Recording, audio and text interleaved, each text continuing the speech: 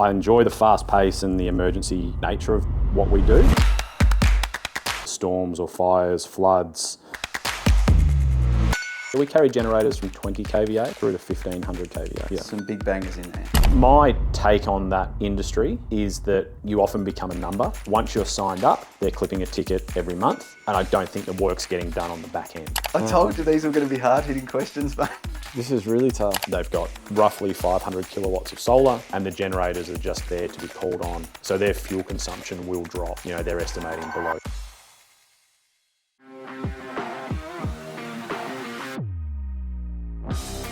What do you do when your power drops out? Well, in this episode, I speak with Ben from Eastern Generators Hire, who's made a business of making sure that you get power when there is none. But the power generation industry is changing. So we talked about all things sustainability. He's also got some interesting views on the digital marketing space. Plus, he's got some great takeaways for the next generation wanting to come into the industry. I had plenty of fun, and I reckon you're going to get tons of value. So let's just get straight into the podcast. Ben, you bloody legend. Welcome to the podcast. Welcome to the boardroom. This is a bit fancy, isn't it? We've got the EG logo in the background here. All right.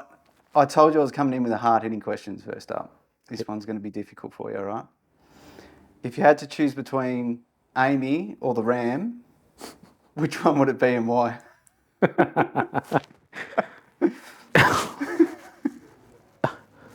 was going to say... I told you these were going to be hard-hitting questions, mate.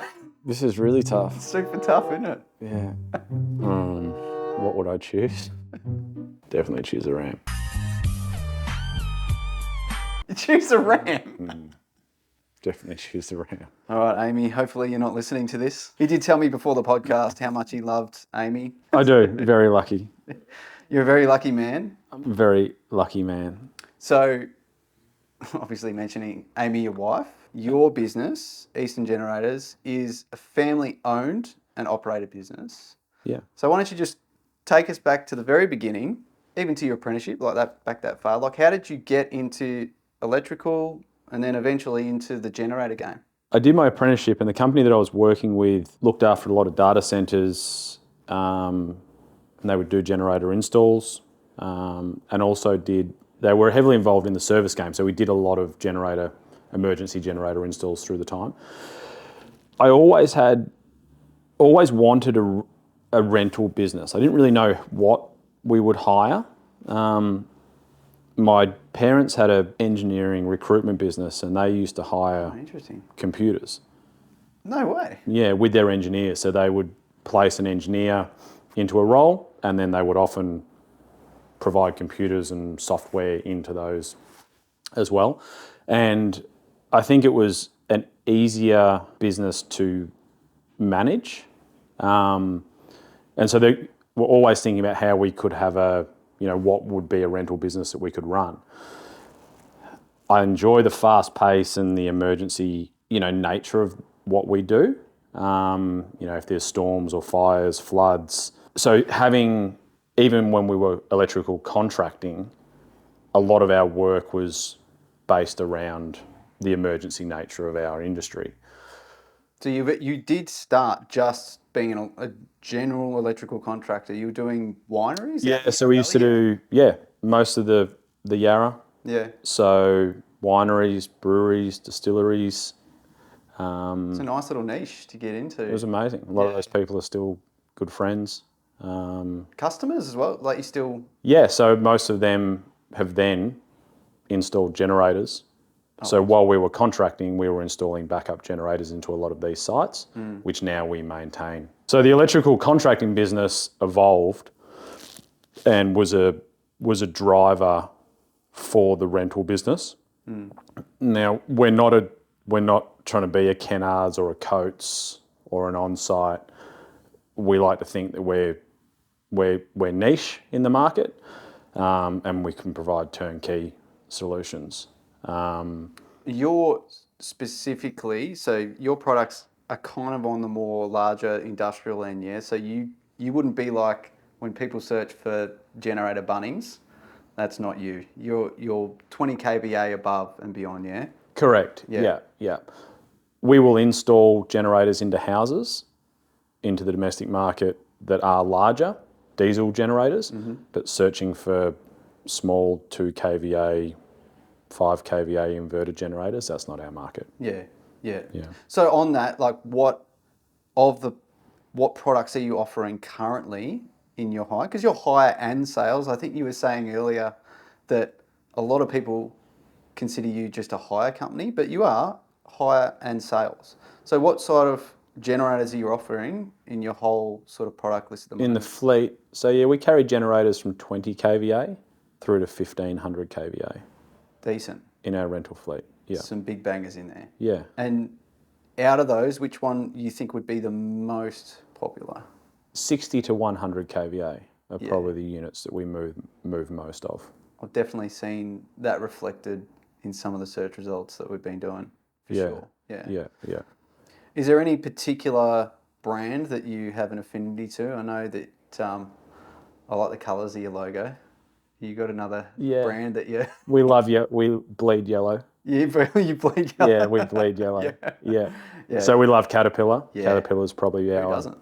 Rob, who works for us, did his time with William Adams. Oh, did he really? Yeah, long there you go. long time ago. Oh, wow. So, and we've got a strong relationship with EPSA and William Adams up there. So yeah, we sell a lot of their equipment, install them, and we run them in our rental fleet as well. Among others, we run Atlas Copco and Himmer Windsor. Yep. And also sell a lot of the Himmer Windsor product into backup scenarios as well. Like standby generators. For standby. Yeah, and they're priced well. They're good equipment, and they're priced accordingly. So obviously your Caterpillar is your premium on the premium end, and then your Himmer Windsor is probably something a little bit more affordable. Is that right? Yeah. Yeah, absolutely. In my opinion, Cat is a no-brainer for prime application. Mining, quarries, or tier 1 data centers, hospitals. There's no one else really in that space, I think, that can offer the after-sales support that they can. You did mention EPSA and William Adams. Yep. So what are they? For those listening that have no idea what EPSA is and William Adams, like why are they even related to? Yeah, so EPSA is owned by all of the agents. So EPSA is Energy Power Systems. They also deal with all their industrial engine range for Caterpillar. Yeah. And William Adams is the service agent for Caterpillar. And I suppose going to why Caterpillar are the best in that space is their after-sales support. And William Adams I think they have 600 vehicles on the road. 600 vehicles on the road? Yeah. And, they will guarantee a 4-hour turnaround anywhere in Victoria. What is it? Their distribution centre in Tullamarine is the largest. Well, that's where I first met you. It wasn't it? Yeah. Was it the largest spare parts carrier in the Southern Hemisphere? It's ridiculous. Yeah, that place is unbelievable. Yeah. And they had all the robots there as well. Yeah. Yeah, that whole service centre is just incredible. Yeah. Amazing spot. Yeah. So if they don't have something in stock and it's critical, that'll be on the next flight from America or South Africa in. So they're amazing. Well, this is a podcast about Eastern generators. Yeah. Not Cat, but they are an amazing product. But if you'd like to buy us, just reach out. Yeah. So obviously generators are, that's your gig. But I remember when, as a Sparky, I would call up and I need an emergency generator. There was all these ancillaries that came with that. Always with the temporary fencing. I mean, that became one of the largest things where I was working at Ventia. Temp fencing, you've got your cable covers, sometimes light towers and stuff like that. So is that something that you guys offer as well? Absolutely, yeah. And that's our main market. Yeah. Is turnkey solutions. So if someone needs something, we will have all of that. Switchboards, cable ramps, fuel cells, refueling services 24/7. So that is our business model. I want to shift a little bit to technology because this is the Digital Tradie podcast. Yeah. So you more recently have transitioned to List Media for doing all of your marketing, online marketing. What have you learnt over the last 6 months about the online space? What do you think you can share with other tradies that might help them if they were thinking about getting an agency to manage their social media or their paid ads or something like that? Like, what can you give? What advice can you give? Yeah, we've used a few agencies since we started, and the constant battle we had was transparency. And we seem to get fed a whole lot of reports and claims about how well our search results were doing. Yet we can tell from here what's working and what's not. And I don't think we didn't fully understand, I still don't understand how Google works and how we present on the net. But we were getting fed search results that I don't think were accurate. And the dollars that were going out weren't reflective of the calls that were coming in. Yeah, so what you were paying the agency, you weren't seeing that reflected Correct. on conversions on your end, leads Yeah. coming in the door, essentially. Absolutely. Yeah. Yeah. And I don't think my take on that industry is that you often become a number. And once you're signed up, they're clipping a ticket every month. And I don't think the work's getting done on the back end.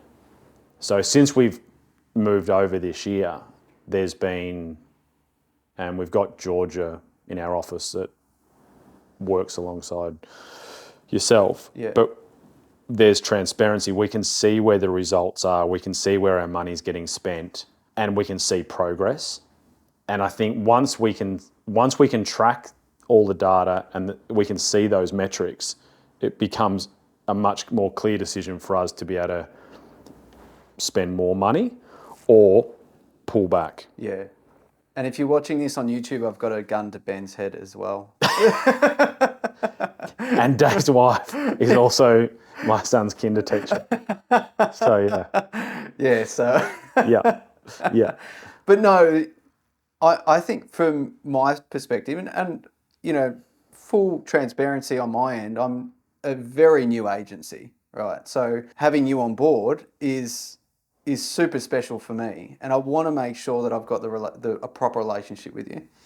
And we had an incident, what was it, about a week or two ago, where I had set up conversion tracking all over your website and stuff like that, and I was like, this is fantastic, and we started getting some amazing results, didn't we? Yeah. We saw, yeah. We're shooting the lights I called up Georgia, and I'm like, this is amazing. Look at all these people that are calling you up. And she goes, Dave, Ben's not seeing that on his end. You know, those aren't coming through. And I went, you know, that's when my ears pricked up, and I said, well, what's going on? We're getting all of these conversions. Turns out I didn't have the conversion set up correctly. But I had some backups, and we were able to work our way through it. And I tried to be as completely transparent about that as possible. But it makes me, you know, sad that the marketing industry is like that for people like yourself. I think in our industry, the best salespeople are people that understand the product from a technical sense. Yeah. So they're often engineers or they're electricians or mechanics, in my opinion, can sell that product better than anyone. And I feel like it's exactly the same in your industry. To have someone involved that understands our industry, has worked in it, you know, not directly, not in a generator business, but understands the nature of how we operate, is a massive difference, and who our target audience is. It definitely helps from my perspective. Yeah. I know I can help you out in different ways. Actually, did you want to talk about the generator sizing calculator? Yeah, There's a tool. cool. So we've been trying to get that on board for years, because I think most people that come to us, you know, they just talk, electricians, most of them will talk in amps. Yeah. You know, so for them to be able to jump on and input what motors they want to run, you know, how they're running them, are they on variable speed drives or DOL? And they can plug all of this information in and then it'll spit out a size for them, and it's pretty close. Or should I say it's pretty close? It's very close. What I wanted to try and do with your calculator was that just make it as easy and transparent for the person putting it in, so we know at the end it gives them the actual suggested size with a picture of the generator, and then also they can. I don't think there's any other calculators like it that you can put in your details and then you get a report sent to you as well. Yeah. A PDF. Yeah. You got to love a PDF. I love a PDF. Pioneers. Yeah. Yeah. Yeah, I like it. Oh yeah, digital pioneers. Digital pioneers. Yeah. Yeah, I like it. No, so I was super excited about that. Is there anything else in the online space that you are thinking about implementing? The other big one for us is fuel consumption. Yeah. That we, that they're probably one of the biggest questions we get asked. Often the generator is the cheap part of the exercise. Yeah, right. Keeping fuel up to some of these generators is a huge expense. Yeah. If we talk about that, if people want to know how expense that is, but for people to be able to see, it is quite easy to calculate. But that'll be the next thing we'll have up online. Yeah, been trying to work on that recently. Yeah. So most of your customers, I would say, your ideal customer is electricians, but you probably do get a lot of different customers from, for instance, might be facilities managers. Yeah. If you've got a supermarket that's dropped out or something like that. Like, how are you able to service those customers or give them an understanding of what they need? Yeah, so we've got, as the business has grown, we've started off as a hire business, that would be offering turnkey solutions, but we do dry hire. Oh, yeah. Construction companies, if they want, they hire from us. We also have a service manager that's come on board this year, and we've got some mechanics on the road, so we are maintaining clients' generators as well. But we'll often do, if a client comes to us and they don't have all the data they require, we will come out to site, do data logging, site inspections, and we will, provide that whole engineering from, start to finish. Yeah. On those projects as well. So you do the whole planning engineering. Yeah. Also, you've got Sparkies as well that'll come out. So Correct. yeah. So Yeah. I remember when I used to use you, I would actually get your Sparkies to come out even though I'd be on site sometimes. Yeah. Because it was just easier for you guys to do the whole entire package. Yeah. You come out, do the install and everything, and it was good. It was awesome. Yeah, we do them every day. The guys know what they need. We run our own electrical inspectors. We know what they want. So yeah, there are times when electricians come to us and they want to do it, and that's fine. Yeah. And we can, if they need assistance, we'll provide them with that as well. I want to speak about inspectors in the electrical industry. I had a big struggle when I was the technical nominee when I was at Ventia. What is your understanding of inspections when it comes to generators, and when should you get them done? Yeah, on all generator installations in Victoria requires a prescribed certificate and electrical inspection. Don't put me on the spot with this because we're doing a changeover today. But if it's a like for like changeover, you can have a non-prescribed that can come under non-prescribed works. So it's important for us that we have a relationship with our inspectors because we can call them at any time, and we've got a number that do, will come at any hour for us. Because it can be quite a grey area, I remember, particularly with plugs. We ended up having a lot of plugs. Yeah. And we not just the quick connects, but also like the big power lock stuff. Yeah. So that we could get around inspections. But I think I ended up just making it mandatory to get an inspection due to, MEN linking and stuff like that. You're messing around with mains power. Yeah, absolutely. And once there's anything that can be bolted on, so if it is just a plug-in, so if you have a generator at your house, for example, and you've got a generator inlet in the wall, that would have been signed off at the time of installation. You have a power outage, you go and plug it in. You don't need to have that inspected. Now, when we go on to bigger generators, and we're either running Wilco outlets, is what Yeah. the network had, or you're using power locks, it is a grey area. Our understanding is and we had confirmation from ESV on this, if they can be plugged in at both ends, so to the generator and also to the generator connection facility at the pump station or at a building, Yeah. that doesn't require electrical inspection. I don't like it. Yeah, I don't like it. yeah, yeah. And I think once you start playing with that equipment, they talk about a competent person being able to disconnect an MEN. So we could have a general hire company that was relying on someone in their yard to disconnect that MEN from that generator before it was plugged in on site. When you deliver your generator, do you by default have the MEN out, in? Is there any So generally all MENs are connected when they're in our yard. So every generator that comes back in from hire is run through a pre-delivery before it goes out again, and the generator's MEN will always be reinstated. We will then ask the client, if we're not connecting it, Yep. do they want the MEN in or out for this Perfect. job? Because I know many electricians that potentially wouldn't even be testing for something like that. I've come across several generators that have already still had the MEN connected in the generator, and then you've got your MEN obviously in your mains, consumers mains as well. So Correct. you've got two sets. Yeah, that's right. Yeah, which is not allowed, by the way. Not Yeah. allowed. And so is inspection. Every generator installation that you're hardwiring, I think hardwiring is the word we probably should be using rather than plug-in, Yeah, does require an an inspection. Yeah. So from my mind, I like to just cover it off, and the blanket rule was to make sure that we could just inspect everything. Yeah. Yeah. I want to talk about hiring in the industry, and also like getting tradies within, the next generation into the trades industry. I know that you more recently will be looking at hiring. Yep, absolutely.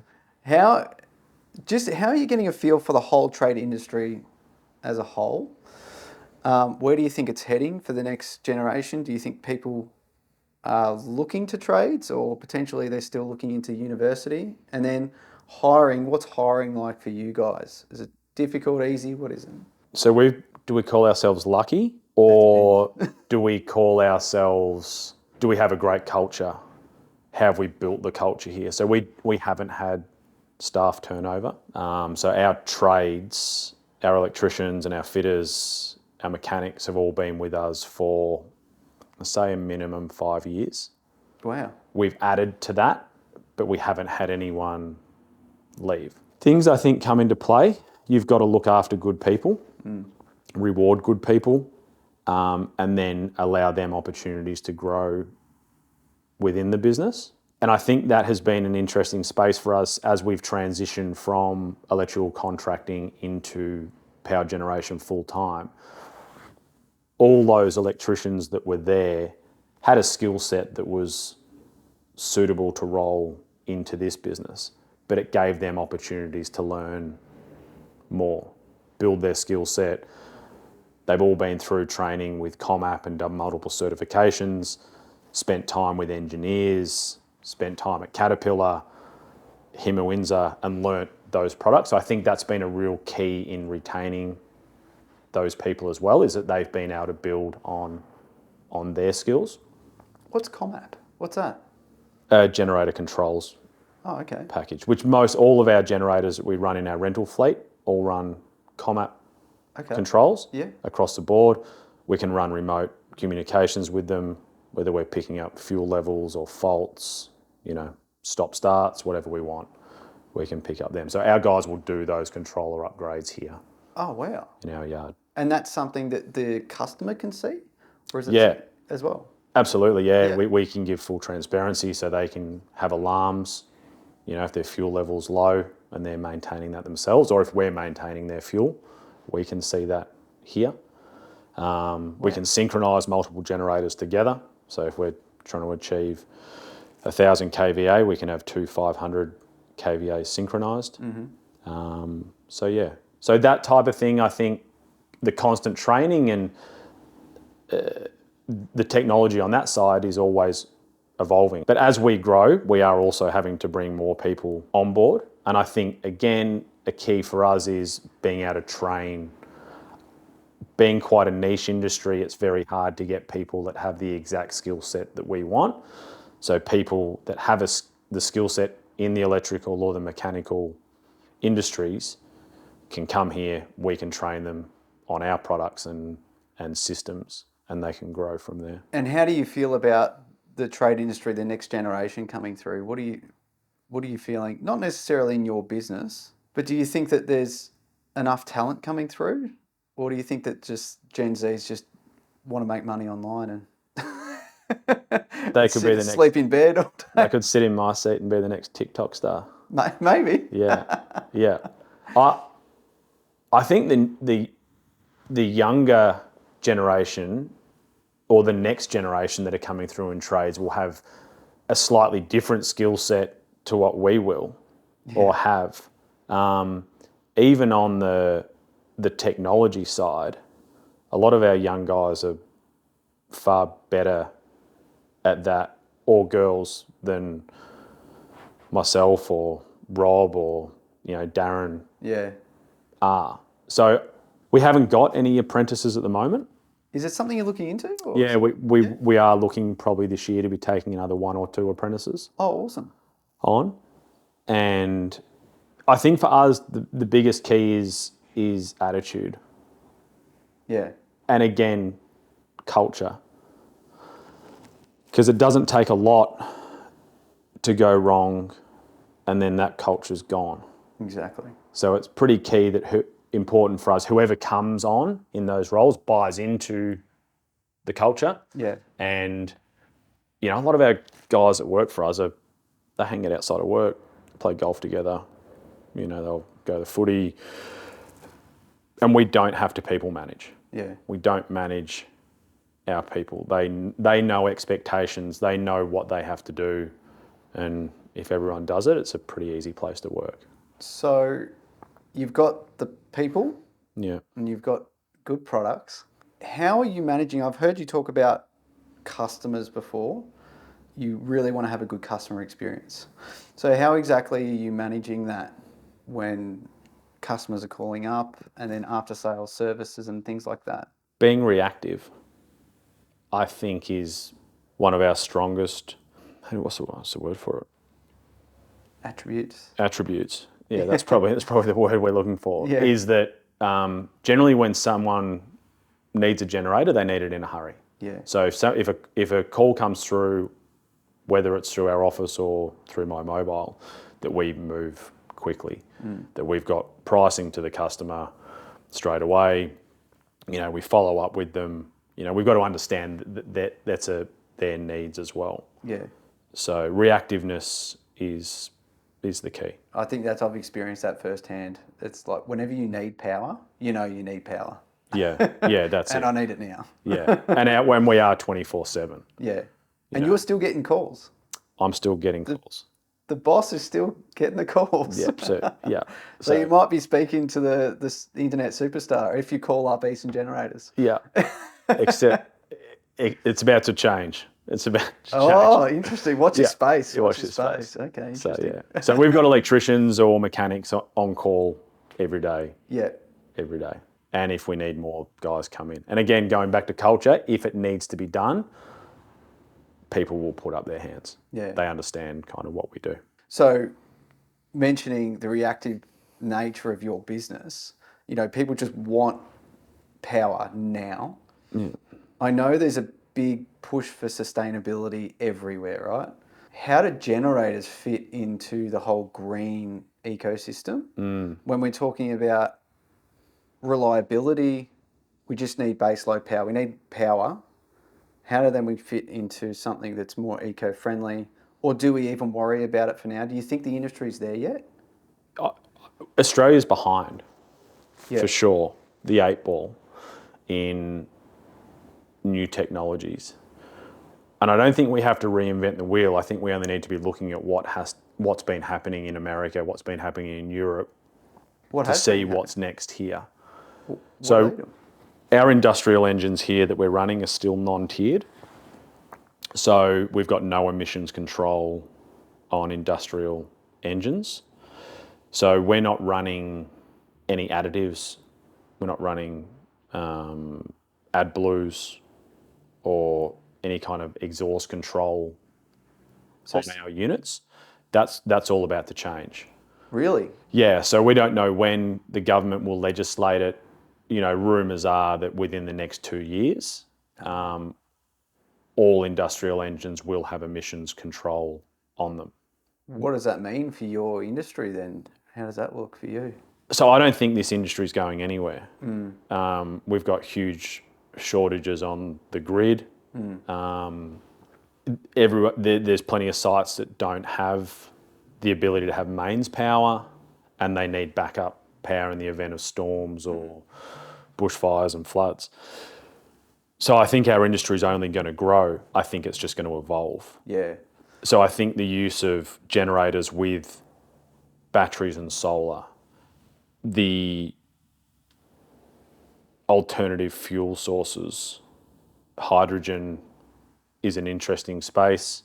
There are hydrogen generators out there now that, the cost is inhibitive. We can't, industry won't support that. And the supply of green hydrogen is still a long way away. But that space, I think, it's moving, and I think over the next 10 years we'll see some pretty big changes. Interesting. So all it's going to take, like most things, is pretty much legislation to come in. And then over the night, you guys are going to have to look at your existing fleet. You'll probably be getting new stuff in and stuff like that. So big deal for the industry. Yeah. I think it's exciting. I think that there'll be more opportunity in the market. I don't see it as a bad thing. For my kids, I think we need to be doing everything we can for that next generation. So why not clean our engines up? Why not use more solar? A battery's the answer. I'm not sure. Yeah. But I think whatever we can be doing more. And I think once government steps in and there's some more regulation on the industry, I think everyone will just move forward. I think that's the trickiest thing because it's it's niche, but it's a competitive market you're in, isn't it? So making the decision to do it without the rest of your competition doing it can be quite scary. Absolutely. Yeah. And it's often the smaller companies that will move quicker. They don't have their hands tied. So, we're always looking for that next product.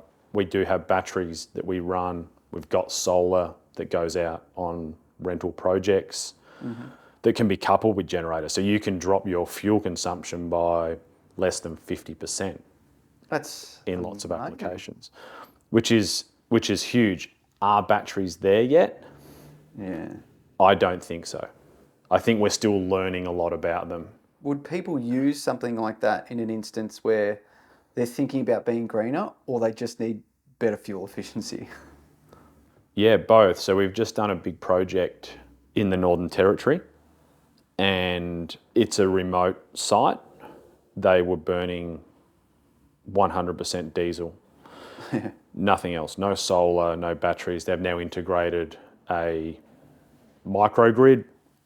They've got roughly 500 kilowatts of solar and batteries, and the generators are just there to be called on when they don't have any battery or to charge the batteries. So their fuel consumption will drop. They're estimating below 30%. That's amazing. Of what it was. So there's still a need for the generators. There's still need for that industry. It's just changing. So you mentioned the Northern Territory.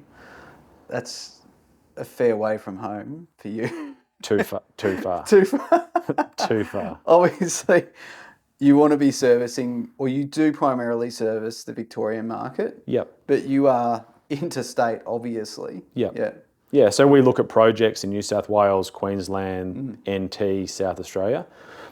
If the projects are suited to us, but predominantly our work is in Victoria. Yeah, We do a lot of work in the agricultural space. The wine industry is one that I've loved from electrical contracting to now doing what we do in generators. So we do a lot of work in that industry as well, food processing, but the wine industry is probably my favourite to work in. Do you get any free tastings? Love it. So- I trade way too much wine. What's your favourite drop? Oh, it's a low Mount Mary. What you educate me, because I am not a wine person. Yarra Valley wine. Red. Red, or the both. Oh, this. All right. Okay. Yeah, they do. The Chardonnay's amazing. They do a Pinot that's amazing. Cabernet, they'd be my favourite wines. Where do you want to give them a shout out? What were they? Oh, they like to be kind of fly under the radar. Oh, really? But everyone who's into them knows them. Yeah. Really? Secret. Yeah. Go to the secret cellar door. I like it. Yeah. Sam Middleton. Yeah.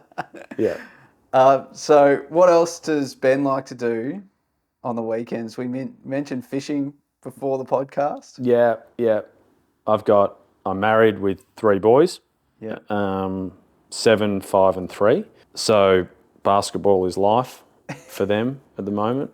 So basketball, fishing, travelling, and having that balance with work as well. I'm mindful that they're only, we've got a small window with them while they're young. So, and I think we're getting better at it as the business is growing, and we've got really good people here that they can take pressure off me. I think there's too many contractors out there that don't give themselves enough time, and they're tied to the business. Yeah, I do work big hours, and my phone is always on, but I think it's important to get away, spend time with the kids. Don't miss those Saturday basketball games or Friday night games that we've got to be at. I agree. So yeah, I am, and Amy's been pretty forgiving in early years of, setting up the business. There were some, we used to be tied to it, and now I feel like we're getting there. Yeah. There's more kind of time at home. So yeah, hopefully as time goes on, more travel and more fishing. Definitely more fishing. Yeah. I'm down for that. Yeah. Down for fishing. Down for fishing. All right. So we're coming to the end. I have this segment on this podcast called Tech Tool of the Week. Wow. What is a online tool, tech tool that you use all the time that you would suggest or recommend to the audience? Dave's online generator calculator. I knew it. Yes. Yeah. Yeah. Best tool you'll use. Best tool ever. Yeah. Replaces all generator calculators. Just head on over to egh.net.au. I don't know what I use. What do I use all the time? You're not a big online dude, are you? No, not at all. No. I look at Seabreeze quite a lot, or Bomb, Just just to see what the fishing conditions are going to be like. Yeah, Bomb. Actually, that's a good one. We'll put down Yeah. Willy Weather. There's an app. Willy Weather. Yeah? Yeah. Willy Weather. We'll go with that one. Yeah, Right? yeah. I've got to put something in the description. Yeah, absolutely. Okay, Willy Weather. Yeah. All right, Ben, it has been an absolute pleasure to have you on the Digital Tradie. You have been the 3rd guest and 2nd Sparky. So it's been an absolute pleasure. Thank you for coming on. Thanks for having us. Right, you legend. Thanks for listening to the podcast. Now, I say this every week, but it really does make a difference if you were to go on and leave a review on whatever podcasting platform you are on, because it allows me to get more exposure and get more awesome guests on for you to listen to. And also share this with your mum. My name is David List, and this has been the Digital Tradie. Until next time, make sure you're creating some legendary content.